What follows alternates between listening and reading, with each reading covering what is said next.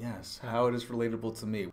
Namaste. Apko swagata. Welcome to Reactophile. I'm Harnoor and he is Carl. Today we are going to be doing another Reacto View. This one for TVF PItchers Part 1. Yes, this was requested by several fans, and we took the time to watch it. Harnoor? Yeah. Your thoughts? So it was very relatable to me because I have been grinded by the job.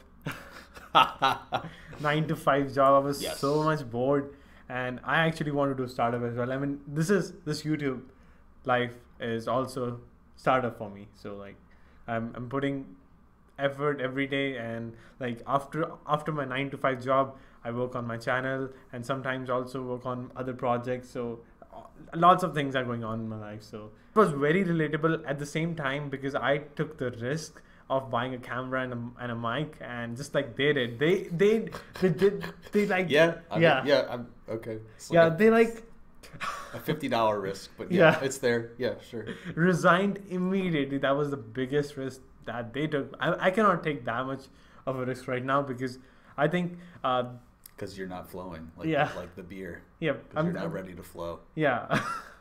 I'm just 20 right now, so I don't want to take that much of a risk. But I mean, it's still worth taking the risk, according to me. And also, the right time to take risk is when we pass grade 10, because like, or maybe grade 8, because like we have more time and we don't do anything other than studies right at the time. But now we have to do a lot of things. So that's my opinion. Instead of spending our time in watching movies and lots of other lazy video game stuff, we can do a startup. We can do online startups, and that's a great idea. That's a great inspiration from TVF PItchers, according to me. Also, it is some way similar to Silicon Valley. I mean, it's not copied, but I mean, well, the message, right? It's kind of copied. I mean, it's kind of like the exact same thing. Yeah. Okay. Anything else? It's not copied. I think it's inspired by it. They wanted to. It's like the Indian version of Silicon Valley. Yeah. I mean, whatever. We have lots of shows like that. Yeah. For example, The Office, which definitely came to mind more than once.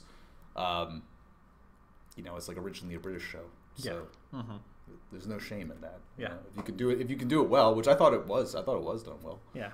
The bar scene. When I was originally watching this for the first time, this was definitely a very cringeworthy part of the show. I wasn't even interested in watching the whole thing because it was just so cringy, and I thought that that's what it was going to be, like just that cringy comedy. I've been traumatized by Friends from days gone by to the point where like that was just too real for me. Where it's like you're having a drunk conversation with your friend and then he does something totally over the top, and there's like you can't stop him from doing it. So it was a rough start for me. It was, but after that part of it, I actually really fell in love with the show a little bit because, which is a lot to say coming from me because people know, people know that I hate everything. But I think once it got into like the office life part of it, and it's just like the hopeless dark comedy of reminiscent of Office Space, the movie, which you probably haven't seen, but I'm sure a lot of people have. I really grew quite fond of the thing. There's a couple things that I will say though, which is number one, and maybe you can help answer this for me, is like I never really got a sense for what the startup idea was.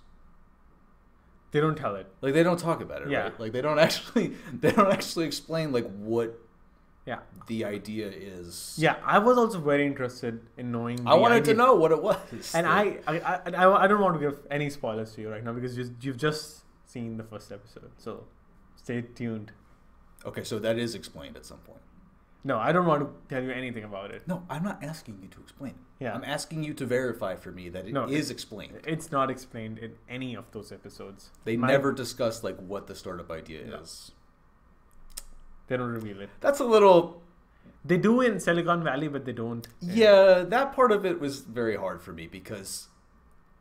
Okay, now I understand that most people. Now I assume that this is less true in India because I think that there are more engineers per capita. Yes. In India, so I assume that that's the kind of content that, like, they would like to have. Like even if it's nonsense, even if it makes absolutely no sense, just to dig into that a little bit, I think would have been better. For example, like I watch a lot of sci-fi stuff, and even though most of the jargon, like the techie jargon, is nonsense, ultimately, it's like the fact that it's at least there, like the fact that, like, the Silicon Valley, right? We know, and most people that are computer scientists know that everything in that show is nonsense. Like, it's all nonsense. It doesn't make any sense. Half the terms are made up, but it's just the fact that it is there. Like the fact that they made an effort to portray some kind of a scientific understanding or an engineering background is super important for me. So yeah, that's one area that's a little bit wanting. But I think that the comedy, the dark comedy, the office comedy, I have kind of a dark sense of humor, so anything that sort of digs into like the hopeless drudgery of life is good for me. Yeah, especially from India. Like, this is not. I mean, I know that I haven't seen everything from India, but like that kind of comedy, I think, is something that is very rare to find. Yeah, like it's very. I certainly haven't seen it. Yeah, my experience is not the entirety of Indian culture, but comedy. Yeah, but that type of comedy is something that I haven't seen before, and it's great, and I think it's great, and I love it. Yeah, me too. Really enjoyed the entire series, and I know lots of people are waiting for season 2. You saw the whole thing? Yeah, I've seen it. You watched every episode? Yeah, I've seen it like 3 years ago. So I mean, I really like it. I was waiting for season 2, but they haven't.